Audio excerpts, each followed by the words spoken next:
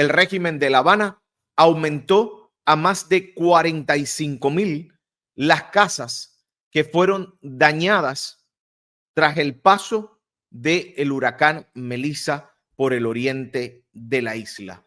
A menos de una semana de que este devastador huracán tocara tierra en Cuba, el régimen de La Habana anunció que hay más de 45,000, exactamente 45,282 afectaciones en viviendas, la mayoría en techos, y que ya inició la entrega de tejas. ¿Ustedes creen que el régimen de La Habana tiene la capacidad de solucionar una crisis que en una gran parte es provocada por ellos mismos, por la desidia, por el sencillo y llanamente abandono que han hecho del pueblo cubano? También hay 1,552 centros escolares dañados, cerca de 200 ya recuperados, más de 14,000 evacuados permanecen en instalaciones de ese sector. Hay un grave impacto en la agricultura. En estos momentos están contabilizando 78,700 hectáreas de cultivo, más de la mitad en el plátano que fueron dañados. Evidentemente el plátano va a desaparecer de la mesa del cubano. El cubano no lo va a poder encontrar. Imagínense ustedes cuál va a ser el escenario para este fin de año de los cubanos. Pero me preocupa y mucho la situación que hay con las casas que fueron dañadas, porque sabemos lo complicado que es para nuestra gente en Cuba poder recuperar algo. Estamos hablando de más de 45,000 familias que se vieron afectadas con sus casas. Este número ha subido. Estamos hablando que el régimen de La Habana a estas personas le va a vender los productos, o sea, la teja, la madera, el cemento para reparar sus casas a mitad de precio. Y todo esto en un país donde tener una teja puede significar el salario de un mes. Señores, la situación de Cuba es extremadamente crítica.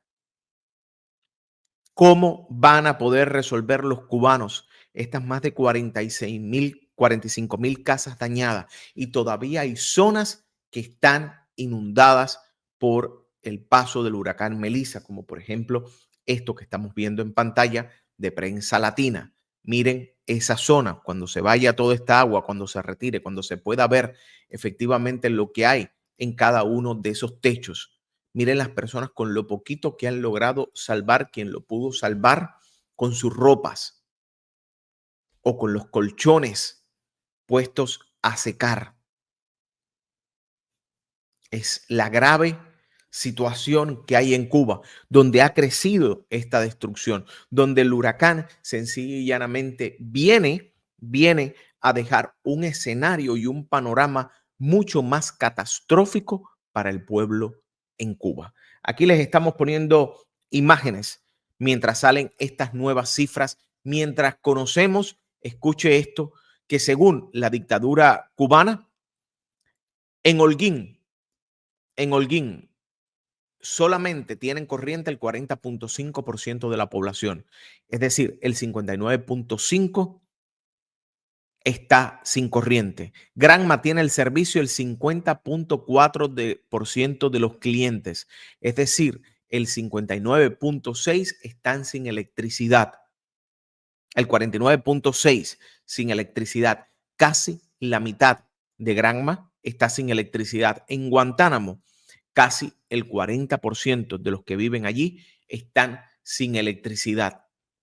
Mientras tanto, el cubano está sacando poquito a poquito lo que le quedó para poder salvarlo. Este es el escenario que hay hoy en Cuba con estas graves inundaciones además, y las lluvias van a continuar la próxima semana. Vamos a escuchar parte de este reportaje de Prensa Latina, la oficialista, el medio internacional oficialista de la dictadura. Recordemos, recapitulando para el que se está conectando en este momento, el régimen de La Habana ha actualizado las cifras de casas dañadas. Son más de 45,000. Son más de 45,000 casas dañadas, la mayoría en los techos. Recordemos, y usted me puede ir dejando, gracias a Orlando, gracias a Nixa, usted me puede ir dejando en los comentarios cuánto cuesta un techo en Cuba, cuánto cuesta tener un techo en Cuba completo, cuánto puede costar una teja, y el régimen solo va a pagar el 50% de la misma. ¿Qué va a hacer el cubano que trabaja como profesor? ¿Qué va a hacer el cubano que trabaja como un médico cuyo salario apenas supera o puede superar los $10 al mes para comprar una teja, para poder reparar su techo? ¿Qué es lo que le espera al cubano en esa situación? Yo quiero leerlos, por favor. Mientras tanto, vamos a escuchar lo que dice el régimen de La Habana en este reportaje desde Yara, uno de los municipios. Vive en estos momentos el Consejo Popular Las Caobas en Yara, en la provincia de Granma, tras el paso del huracán Melissa. El agua alcanzó aquí alrededor de los 2 metros de altura, adentro de las viviendas, y hay significativas pérdidas. Los animales, hay casas devastadas que lo perdieron todo, colchones, todo. Aquí hay personas, aquí hay familias completas que lo perdieron todo. Tenemos bastante preocupante por la situación que nos ha quedado la población, que nos ha quedado en una situación bastante vulnerable. Tuvimos cuantiosas pérdidas en el ganado mayor de los pobladores de aquí. Es duro. Preliminarmente tenemos un dato de unos 150 ovinos perdidos aquí en Las Caobas. En la zona de Cayo Ratones tenemos unos 50. Tenemos pérdida de aves de alrededor de unas 600.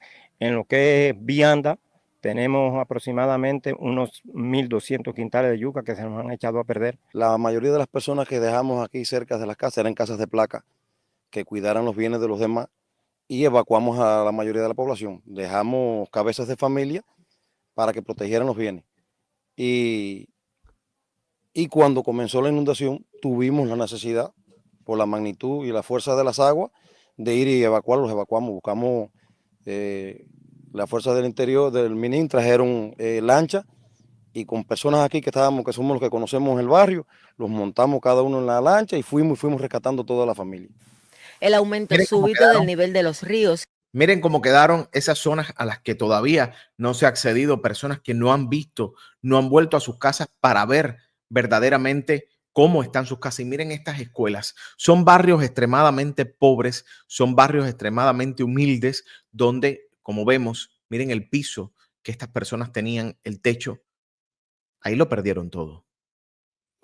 Ahí lo perdieron absolutamente todo, y este es un panorama que se repite en varios sitios del país. Las personas que desgraciadamente hoy no van a tener un techo o no tienen, van a llegar y no tienen un colchón, y el que pudo recuperar el colchón va a tener que ponerlo a secar después de la inundación.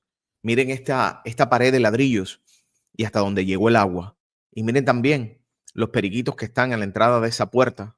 Eso me recuerda tanto el campo de Cuba. Miren las paredes que tiene esa casa. Son gente que viven en una extrema pobreza, y esa extrema pobreza es precisamente culpa de esa dictadura. Que hoy en pleno siglo XXI usted ve a gente trabajadora, y quizá usted vea esa casa y lo que se topa es un profesor que está en esa casa con un piso de esta naturaleza. O quizás se está dando cuenta que es un campesino que puede ser muy exitoso, pero por culpa de esa dictadura no puede levantar cabeza.